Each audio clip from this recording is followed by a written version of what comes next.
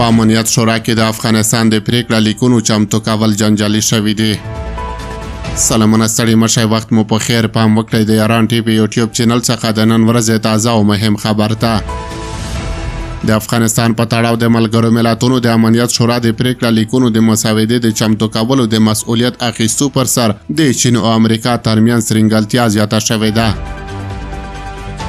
یو امریکایي بنسټ چې د امنیت، سیاست او دیموکراسۍ په برخو کې فعالیت لري وایي هغه هیواد چې د ملګرو ملتونو د پریکړه لیک مسوده برابروي دا امتیاز او ازادي به هم ولري چې د ځانګړو قاضیو په تړاو د شورا د غړو دریځ او د چلند څرنګوالی وټاکي.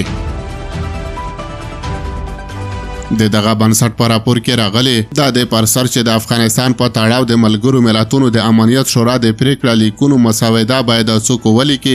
یو ناڅرګند اختلاف په نړیوال سازمان کې د امریکا او چین ترمنځ پر یوې لویې لانجې د اوښتل کېدو په حال کې دی. دا بحث د 2024 کال له وروستیو راهیسې پیل شوی، خو په وروستیو اونیو کې د ټرمپ له لوري د امریکا د حکومت د چارو د واګو تر خپلولو وروسته ډېر شوی دی.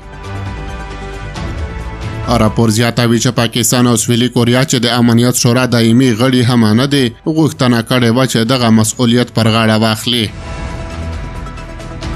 خو په دې منځ کې د چین نمایندې د امریکا له مخالفت سره مخ شوی چې د یو نامه د ماموریت د غځېدو متن یې هم له ځنډ سره مخ کړی دی. د سیاسي چارو کارپو فضل الرحمن اوریا په دې اړه وایي دا د افغانستان په ګټه ده چې چین صلاحیت ولري اجنډاوې او پریکړه لیکونه ترتیب کړي. دا په داسې حال کې ده چې تر دې وړاندې د ملګرو ملتونو امنیت په شورا کې متحده عربي اماراتو او جاپان د افغانستان د قضیې مسؤلیت په غاړه درلود.